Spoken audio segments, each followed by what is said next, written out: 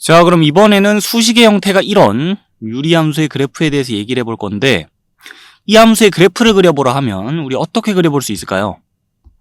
y는 x분의 k라는 함수의 그래프가 모양이 이렇다고 가정할 때, 자, 이 곡선을 좌표평면상에서 x축 방향으로 p만큼 또 y축 방향으로 q만큼 평행 이동시키면 이 함수의 그래프를 얻을 수 있겠죠.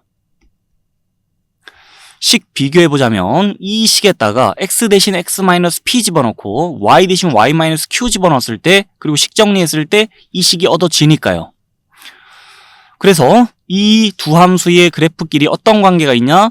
이 곡선의 모양은 둘이 완전히 똑같은데, 자, 좌표평면상에서 곡선이 위치가 이동된 그런 관계다라 할 수 있겠고, 이 함수의 그래프 x축 방향으로 p만큼 또 y축 방향으로 q만큼 평행 이동시키면 이 함수의 그래프와 완전히 포개질 거예요. 그 상황에서 또 해볼 수 있는 말이 뭐냐면, 지금 요 분자 자리에 올라와 있는 상수가 2라고 가정을 좀 해볼게요. 이 k값이 2라고 가정을 좀 해볼게요. 이 함수의 그래프는 평행 이동을 통해서 이 함수의 그래프와 좌표평면상에서 완전히 겹쳐질 수 있어요.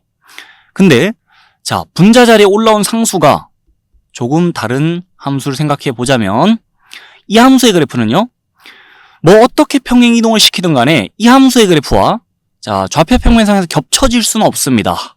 실제로 뭐 이 함수들 그래프 띄워놓고 구체적으로 그래프 보면서 자세히 공부도 했었지만, 이 분자 자리에 얹어진 상수가 값이 다르면은 두 함수의 그래프가 원점에서부터 그 떨어진 거리도 다르고요, 이 곡선의 모양 자체도 다르기 때문에, 자, 그래서 결론적으로 이 분자 자리에 얹어진 상수가 값이 일치할 때만 두 유리함수의 그래프는 평행 이동을 통해 그래프가 겹쳐질 수 있다는 거, 그걸 좀, 자, 먼저 정리를 좀 해주면 되겠어요. 그 사실 정리해 놓고 이제, 자, 이 평행 이동된 유리함수에 대해서 박스 안의 내용 보면서, 자, 이 내용들 하나하나 정리를 좀 본격적으로 해볼 거거든요.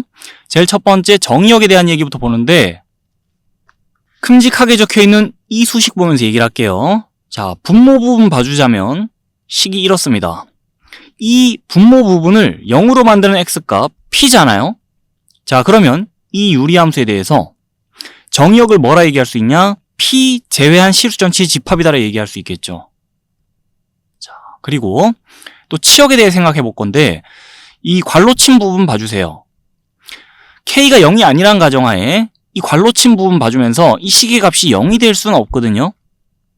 자, 그러면 중괄호를 하나 더 칠게요. 중괄호 친 부분 봐주면서 이 식 전체의 값은 q가 될 수 없겠죠. 이 부분의 값이 0이 될 수 없으니 이 부분의 값은 q가 될 수가 없겠죠, 당연히. 자, 이 함수 보면서 이 함수 식으로부터 0이란 값은 출력될 수 없어. 근데 0 아닌 다른 실수들은 다 출력될 수 있기 때문에 0 제외 실수 전체의 집합이 이 함수의 치역이야라 얘기했었죠. 그럼 이제 이 함수에 대해서 치역을 뭐라 얘기하면 되죠? 자, 함수식으로부터 q가 출력이 될 수 없어요. 그럼 q 제외, 다른 실수는 다 출력될 수 있고, q를 제외한 실수 전체의 집합, 이 함수의 치역이 된다라 할 수 있겠죠. 자, 요 내용 한번 이해해주고, 그 다음에 아래쪽엔 점근선에 대한 얘기, 그리고 뭐 점대칭, 선대칭에 대한 얘기가 차례대로 쭉 나오는데, 우리 다시 한번 상기하고 가야 될 거는 좌표평면 위에 그려진 이 곡선을, 자, 좌표평면에서 쑥 들고 지금 다른 위치에다 내려놓은 그림이 여기 펼쳐져 있는 거예요. 그러면서 이 곡선이 모양과 성질을 그대로 유지한 채로 다른 위치로 옮겨졌다라고 이 그림에 대해 생각하면 되고, 자, 그 점 감안해 주면서 계속 얘기 이어갈게요. 이제 점근선 좀 짚어보자면, 자, 여기선 함수의 그래프가 y축과 x축에 한없이 가까이 가고 있었죠. 이 모양 그대로 간직한 채로 그래프가 위치 이동한 후에도 모양 같기 때문에 이 함수의 그래프도 어떤 직선에 한없이 가까이 갈 건데, 그 직선이 더 이상 x축과 y축이 아니에요. x는 p, y는 q라고 새롭게 이렇게 점근선이 형성된 모습 볼 수 있는데, 자, 이걸 우리가 어떻게 생각하면 편하냐? 이 함수의 그래프가 위치 이동하는 만큼 점근선도 같이 따라간다라 생각하면 편하거든요.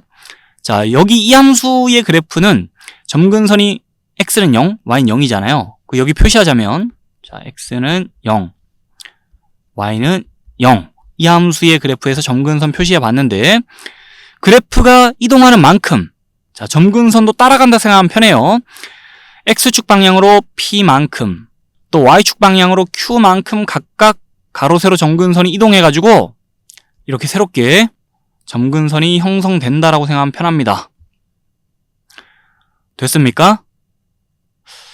자, 그러면서 이 함수의 그래프가 점대칭 구조 가지고 있었고요. 그 다음에 선대칭 구조도 가지고 있었잖아요. 원점에 대해 대칭이고 그 원점 지나고 기울기 1인 직선 또 기울기 마이너스 1인 직선에 대해 대칭이었는데 지금 그래프의 모양이 여기 똑같이 찍혀 있어요. 위치만 이동됐을 뿐. 그럼 이 함수의 그래프도 점대칭 구조, 선대칭 구조 다 가지고 있을 거잖아요. 근데 점대칭 구조의 중심점이 더 이상 원점이 아니고 그래프가 위치 이동한 만큼 지금 점대칭 구조의 중심점도 이동된 상태라 보면 되죠. 그래서 지금 점대칭 구조의 중심점은 여기서는 자, P, Q라 할 수 있겠습니다. 그 점에 대하여 그래프가 대칭이라 볼 수 있고 지금 그리고 여기서 자, 대칭축 역할을 하던 두 직선 있죠. 이 두 직선도 그래프가 이동한 만큼 X축 방향으로 P만큼 또 Y축 방향으로 Q만큼 이동시켜서 직선 여기다 다시 그리면은 자, X축 방향으로 P만큼 Y축 방향으로 Q만큼 자, 이동시켜갖고 직선 여기다 다시 그려놓으면 이제 이 직선들이 이 함수의 그래프에 대해서 대칭축 역할을 한다라고 할 수 있겠죠. 그래서 이 점대칭 구조의 중심점을 지나고 기울기 1, 또 기울기 마이너스 1인 두 직선에 대하여 이 함수의 그래프는 대칭이에요. 자, 이 점 지나고 기울기 1, 또 마이너스 1인 두 직선에 대하여 함수의 그래프가 대칭입니다. 요 내용들 쭉 정리해보고 있는데 함수의 그래프가 위치 이동하는 만큼 이 점근선, 그 다음에 점대칭 구조의 중심점, 또 대칭축 전부 다 위치가 따라 이동하는 식으로 이 함수에 대해서 생각을 해주면 되는 그런 상황에서 이 유리함수에 대해 유리함수가 가지고 있는 성질을 파악하거나 아니면 이 유리함수의 그래프를 그려봐라 라고 하면 자, 여기 있는 내용들 중 단연 우리가 우선시 생각해야 될 건 점근선에 대한 정보가 아닐까 싶어요. 이 함수식을 통해서 점근선의 방정식을 세울 수 있는 상황이라면 자, 그렇게 점근선에 대해서 내용을 파악할 수 있는 상황이라면 그 점근선의 교점에 대하여 이 함수의 그래프는 대칭일 거예요. 또 점근선의 교점을 지나고 기울기 1 또는 마이너스 1인 두 직선에 대하여 함수의 그래프 대칭일 거예요. 그 다음에 이 점근선의 방정식 보면서 이 값 제외한 모든 실수가 정의역에 속한다라 보면 되고 또 이 값 제외한 모든 실수가 치역에 속한다라 보면 되기 때문에 자, 유리함수를 봤을 때 점근선을 파악할 수 있다면 우리 그 유리함수에 대해서 거의 모든 내용을 다 뽑아낼 수 있다라고 말해도 과언이 아니라는 거 한번 얘기하고 이제 다음 내용으로 넘어갑니다.